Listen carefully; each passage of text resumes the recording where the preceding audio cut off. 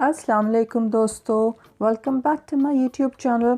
आई hope आप लोग सब खूब मज़े में होंगे, खैर खैरियत से होंगे और अपने घरों में खूब खुश खुरम होंगे।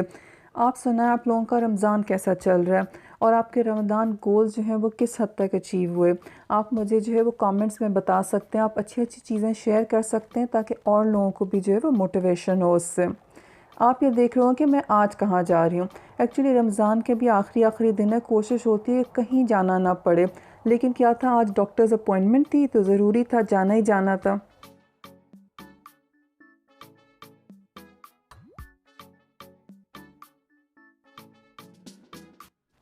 अच्छा, पूरी कोशिश थी कि सब कुछ जो है वो घर में पहले से जो है वो लेके रखा हुआ, ग्रोसरीज़ में आपको कुछ ज़रूरत ना हो, लेकिन स्टिल ऐसा होता है ग्रोसरी एक ऐसी चीज़ है, आप कितनी कोशिश कर लो आपको कुछ ना कुछ चाहिए ही होता है।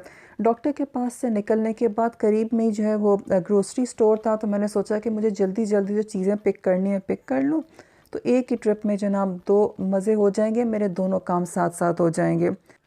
सारा कुछ कोशिश थी बस जल्दी जल्दी मैं कर लूँ, लेकिन स्टिल ऐसा था घर पहुँचते पहुँचते इफ़्तार में जो है ना वो सिर्फ 1 घंटा रह गया था और मेरे पास बाय द टाइम कि मैं इफ़्तार बनाने खड़ी हुई तो मेरे पास 1 घंटे से भी कम था। हार्डली मेरे पास 40 मिनट्स थे। मुझे तो कह दिया गया था घर वालों की तरफ से कि बस हमने तुम्हें चैलेंज किया कि अगर आप तुम आज जो है ना वो इफ़्तार से पहले ही सब कुछ बना के दिखा दो। मैंने चैलेंज एक्सेप्ट किया और जनाब मेरे पास जो है मैंने स्टार्ट किया है बेसन के पकौड़ों के लिए मिक्सचर। इसके अंदर मैंने नमक, मिर्च, ज़ीरा, थोड़ी सी मेथी बाद में ऐड की थी और साथ में इसके अंदर जो है वो टेस्ट मिक्स ऐड किया और ये सारी चीज़ें जो है ना वो इनको ड्राई इंग्रेडिएंट्स को मैंने अच्छे से मिक्स कर लिया।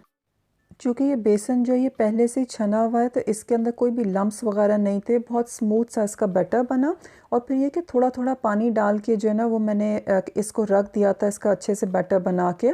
और क्या है कि जब भी बेसन आप भी बना रहे हो पकोड़े तो आप जब शुरू में डालें पानी तो आप इसमें थोड़ा सा डालें, क्योंकि जब हम इसके अंदर वेजीज़ ऐड करते हैं तो उनका अपना भी पानी होता है। तो आप इसको थोड़ा सा थिक बनाएं और फिर जब रखेंगे आप इसको 10-15 मिनट तो वेजीज़ के पानी से आपको अंदाज़ा हो जाएगा कि आपको कितना और ऐड करना। या मैं जो है वो प्याज के पकौड़े बना रही थी तो मैंने बहुत सारा इसके अंदर प्याज ऐड किया, थोड़ा सा चाट मसाला और साथ में सूखी मेथी जो है वो इसके अंदर और ऐड की। मेथी से जो है पकौड़ों में बहुत अच्छा टेस्ट आता है, बिल्कुल बाज़ार वाला टेस्ट आता है। और क्या है कि ना इसको थोड़ी देर आप मिक्सचर को रखें, इसमें पानी जितना आप कम से कम डालेंगे उतने ही पकौड़े जो हैं वो बहुत क्रिस्पी बनेंगे। और वैसे भी प्याज के साथ जब आप इस मिक्सचर को छोड़ते हैं 5-10 मिनट्स के लिए तो मिक्सचर के अंदर जो है वो प्याज से इतना पानी आ जाता है कि वो ख़ुद ही मिक्सचर जो है वो बहुत अच्छा और ज़बरदस्त सा हो जाता है, आपको और पानी ऐड करने की ज़रूरत ही नहीं है। और ये जनाब मैंने थोड़ा सा और बैटर बनाया था पकोड़ों का, इसके अंदर जो है वो मैंने तलने थे आलू के पकोड़े। तो ये सेपरेट थोड़ा सा बनाया था, इसमें नमक, मिर्ची, चाट मसाला, थोड़ा सा ज़ीरा ऐड किया। और इस मिक्सचर को जो मैंने बहुत थिक रखा था क्योंकि आलू के पकोड़े जो हैं वो उसके ऊपर थिक सा बेसन बेसन हो तो ही आलू के पकोड़े जो हैं उनके ऊपर बेसन ठहरता है, वो टेस्टी भी बनते हैं। साथ ही जो है मैंने फ्रीज़र से ये निकाला था पिज़्ज़ा और साथ में दही बड़े। ये मेरे रमज़ान के मेक एंड फ्रीज़ आइटम में से था। मैंने रमज़ान में कोशिश की थी कि ऐसे आइटम ज़्यादा हों कि जिनको बेक करें और फ्राइंग कम से कम हो। अच्छा, ये दही बड़े जो हैं इनको कोई पानी में डिप नहीं करना था, मैंने इनको माइक्रोवेव किया था 2 to 3 मिनट्स के लिए और उसके बाद मैंने इसके ऊपर दही डाल दिया था। और साथ में जो ये पिज़्ज़ा था, ये पिज़्ज़ा को मैंने अवन के अंदर रखा और इसमें लिटरली 25 मिनट्स में ये पिज़्ज़ा बिल्कुल रेडी था। मैंने सिर्फ इसके ऊपर जो था वो गार्लिक ऑयल का स्प्रे करके और फिर पिज़्ज़ा को बेक होने के लिए रखा था। मैं अपनी नेक्स्ट वीडियो के अंदर मैंने ये दोनों चीज़ें कैसे बनाई थी फ्रॉम द स्क्रैच मैं ये आपके साथ शेयर करूँगी। अच्छा, ये दही बड़े जो हैं इनके साथ कोई झंझट नहीं है एक्स्ट्रा, इसके अंदर कोई ज़्यादा इंग्रेडिएंट्स भी यूज़ नहीं हुए, ये बहुत सिंपल, लाइट, फ्लफ़ी और बहुत ही यमी बनते हैं। इंशाल्लाह नेक्स्ट वीडियो में मैं आपके साथ शेयर करूँगी। तो दही बड़ों के साथ अच्छा लगता है कि इसके ऊपर पापड़ी डली हुई और मुझे इस तरह से खाना बहुत पसंद है, तो मैंने इसके लिए पापड़ी के लिए आटा गूँध लिया था। इससे बहुत क्रिस्पी और बहुत ही यमी सी जो है ना वो पापड़ी बनती है। और फिर जब हम घर पे बनाते हैं और फ्रेश ऑयल में बनाते हैं तो उसका टेस्ट ही कुछ और होता है। अब मैंने चिकन पैटीज़ बनाने की तैयारी शुरू की। इसके लिए मैंने जो है वो रेडीमेड पफ पेस्ट्री की शीट्स ले ली थी और फिर इनको रोल पिन से जो है थोड़ा स्ट्रेट किया, क्योंकि ये रोल की फॉर्म में मिलती तो मैंने उसको स्प्रेड करके थोड़ा स्ट्रेट कर लिया। फिर मैं ये फ्लावर की शेप के कटर्स लेकर आई हुई थी, कुकी कटर्स, उससे जो है ना मैंने फ्लावर की शेप ही काट ली इन शीट्स में से। अच्छा, रमज़ान प्रेपरेशन के अंदर जो है ना, मैंने इस तरह की मेक एंड फ्रीज़ काफ़ी सारे चिकन पैटीज़ बनाए हुए थे। लेकिन अब ऐसा वक्त आ गया कि ऑलमोस्ट मिड रमज़ान के बाद का टाइम है, तो उसमें से हमारा स्टॉक जो है वो यूज़ अप हो गया। ख़ुद खाएं, एक दो दावतें कर ली तो वो सब ख़त्म हो गई। लेकिन स्टिल ये बहुत ही ईजी और क्विक सा ऑप्शन है। इसमें घर पे मैंने चिकन कीमा बना के रखा हुआ था ऑलरेडी, तो वो मैंने इसमें ऐड किया। और इसमें थोड़ा सा मैंने चीज़ जो था ना, मेरे पास 4 डिफरेंट चीज़ का मिक्सचर था, मैंने चिकन के साथ उसको ऐड करके इसको कवर किया और फिर इसको कांटे की मदद से इसके किनारे जो है ना उनको मैंने प्रेस कर दिया।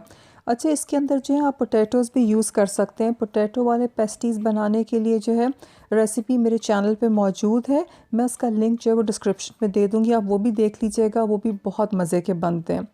अब इनको फोक से जो है मैं अच्छे से प्रेस कर देने के बाद आपने जो है ना वो हल्का हल्का इसके ऊपर भी मार्क लगाने हैं, अदरवाइज़ ये बहुत ज़्यादा फूल जाएंगी तो ये फट जाएंगे।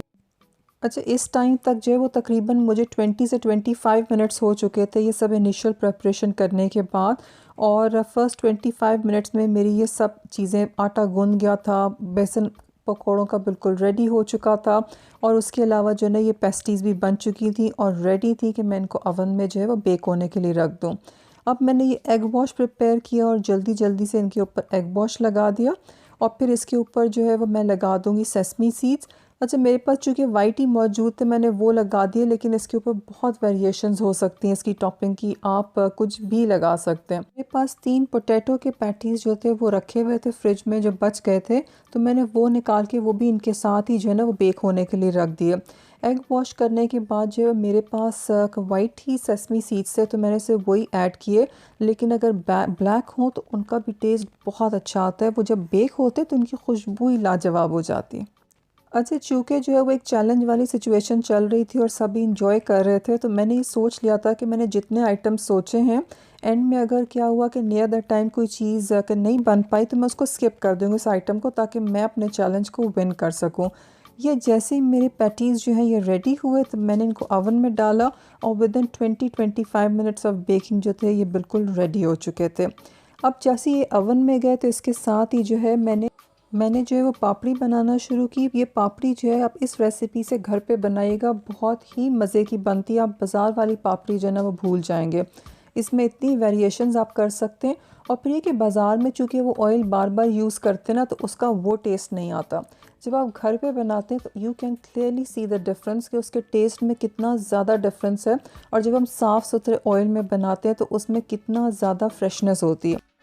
अच्छा, बाज़ार में जब बना रहे होते हैं तो चूँकि वो वाला ऑयल जो है वो बार बार रीयूज़ करते हैं, तो उसकी वजह से जो है ना वो एक तो उसमें वो फ्रेशनेस भी नहीं होती, और प्लस वो वाला ऑयल में जब आप चीज़ खाते हो तो आपको बहुत हैवीनेस भी फ़ील होती है, और एट टाइम्स जो है ना वो आपकी तबीयत भी ख़राब हो जाती है उसको खाने से। लेकिन आप ये घर पे ट्राई करके देखिए, आप बाज़ार वाली भूल जाएंगे। अच्छा, स्टार्टिंग में जब आप ऑयल में डालेंगे ना तो ये सब जो है वो बेस के ऊपर जो है ना वो सेटल हो जाती हैं, और फिर जैसे जैसे ये कुक होने लगती है ना तो ये फिर सरफेस के ऊपर आ जाती है, जिसकी जब जैसे ये सरफेस पे आए तो ये निशानी है कि जनाब अब ये फ्राई होना शुरू हो गई। उसके साथ ही साथ जो है वो अब मैंने अपने पकोड़े भी फ्राई करना शुरू कर दिए। एंड टू स्टार्ट विद मैंने स्टार्ट किए थे आलू के पकोड़े, और उसके बाद फिर मैंने प्याज वाले पकोड़े बनाए। और जब तक ये पकोड़े फ्राई हो रहे थे मैंने उतनी देर में जो है वो मिल्क शेक बना लिया। मैं चूँकि इतने और कामों में लगी हुई थी तो मैं उसको शूट करना भूल गई। लेकिन जो है वो चूँकि मैंने आपके साथ पहले भी अपनी लास्ट वीडियो में बताया था कि हम जो है ना वो एट टाइम्स फ्रूट चाट बनाने की बजाय ना हम सारे फ्रूट्स जो भी हमें उस दिन खाने होते हैं हम उसकी स्मूदी बना लेते हैं। और चूँकि स्मूदीज़ बहुत ज़्यादा रेगुलरली हमारे घर में बनती है तो उसकी डिफरेंट डिफरेंट रेसिपीज़ मैंने आपके साथ शेयर भी की हुई हैं, और इंशाल्लाह आइंदा भी मैं आपके साथ शेयर करूँगी। जितनी देर में जो है मैंने स्मूदी बनाई उतनी देर तक जो है वो मेरी ये फ्राइंग कंप्लीट हो गई हुई थी। और फिर मैंने जो ये लास्ट बैच निकाला अपना पापड़ी का, और साथ ही जो है वो दूसरी साइड पे मेरे पकोड़ों की फ्राइंग भी जो है वो तकरीबन कंप्लीट थी। लास्ट बैच जो था वो ऑयल के अंदर था, जो कि मैंने 2 मिनट के बाद निकाल लिया। और साथ साथ जो है मेरा टेबल भी सेटअप हो चुका था, अज़ान से पहले पहले जो है ये सब कुछ सेटअप हो चुका था। और ये है जनाब मेरे टेबल का फ़ाइनल लुक। और मज़े की बात यह है कि इस टेबल के ऊपर सारा कुछ जो है वो मेड बाय मी, सब कुछ होममेड था। इवन जो इमली की चटनी तक मौजूद है वो सब भी जो है वो मैंने घर पे ही बनाई थी। मैं उसका लिंक जो है वो डिस्क्रिप्शन में दे दूँगी। चिकन कबाब्स, पिज़्ज़ा, पकोड़े, मिल्क शेक, हर चीज़ जो है ना वो घर पे बनी हुई थी।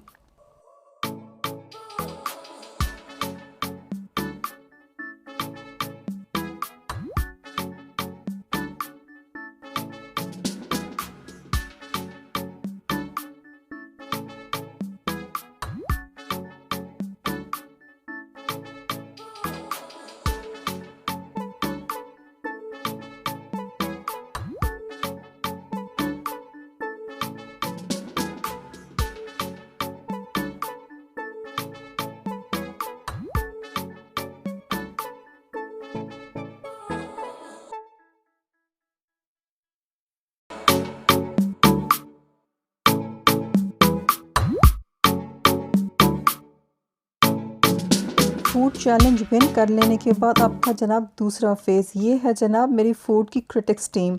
आप ये देखें कि जनाब क्या ये खाना खा लेते कि नहीं। हम सबको पता है कि जब तक बच्चे खाना एंजॉय ना करें तो मॉम्स को जो है बिल्कुल मज़ा नहीं आता। लेकिन यहाँ पर जो है इस बच्चे को भूख बहुत ज़्यादा लगी हुई थी, इसने खाना थोड़ा बहुत खाया और इसे खाने की स्पीड को देख के दो बातें हो सकती हैं, या तो मामा ने खाना बहुत अच्छा बनाया था या फिर ऐसा कि बच्चे को भूख बहुत ज़्यादा लगी हुई थी।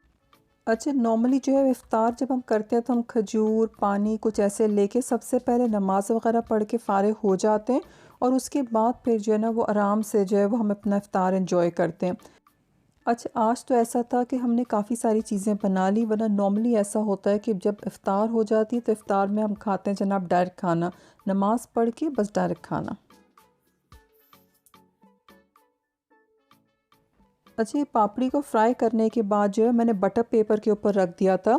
बटर पेपर के ऊपर रखने से जो है ना ये बिल्कुल क्रिस्पी रहती है। अगर टिश्यू पे रखें तो फिर ये सॉगी हो जाती हैं। ये आप देखें कितनी क्रिस्पी हो रही है, आप इसकी आवाज़ सुनें।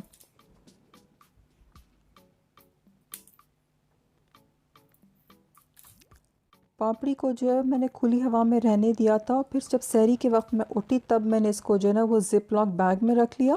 और ये इस तरह से आपको फ्रिज में, फ्रीज़र में कहीं भी रखने की ज़रूरत नहीं, आप बाहर रखें आराम से, ये 1 मंथ तक जो है बिल्कुल ऐसे ही क्रिस्पी और फ्रेश रहेंगी। नमाज़ पढ़ लेने के बाद जो है वो हमने एंजॉय की अपनी इफ़्तार पार्टी। अच्छा, इफ़्तार में जो है ना हमने चीज़ें तो बहुत सारी बनाई हुई थी, लेकिन हर चीज़ की जो है ना वो क्वांटिटी बहुत कम है। वैरायटी ज़्यादा है लेकिन क्वांटिटी कम है। उससे ये कि इफ़्तार में आप थोड़ा थोड़ा सा भी खाते रहते हो तो वो बहुत हो जाता है। अब इतना सारा कुछ खाने के बाद जो है वो सहरी में तो कुछ खाने की गुंजाइश नहीं है। मे बी सहरी में जो है वो हम चाय पी लें, पानी पी लें। इसके साथ ही जनाब व्लॉग का करते हैं यहाँ पर एंड। आप खूब दुआएं करें, दुआओं में मुझे और मेरी फैमिली को भी याद रखें। अल्लाह ताला हम सब की दुआओं को कबूल करे, हम सब पे अपनी रहमतों को नाजिल फरमाए। तो मिलते हैं हम इंशाल्लाह नेक्स्ट वीडियो में। टिल देन अपना बहुत ख्याल रखें। मिलते हैं नेक्स्ट वीडियो में। अल्लाह हाफिज़। Thanks for watching.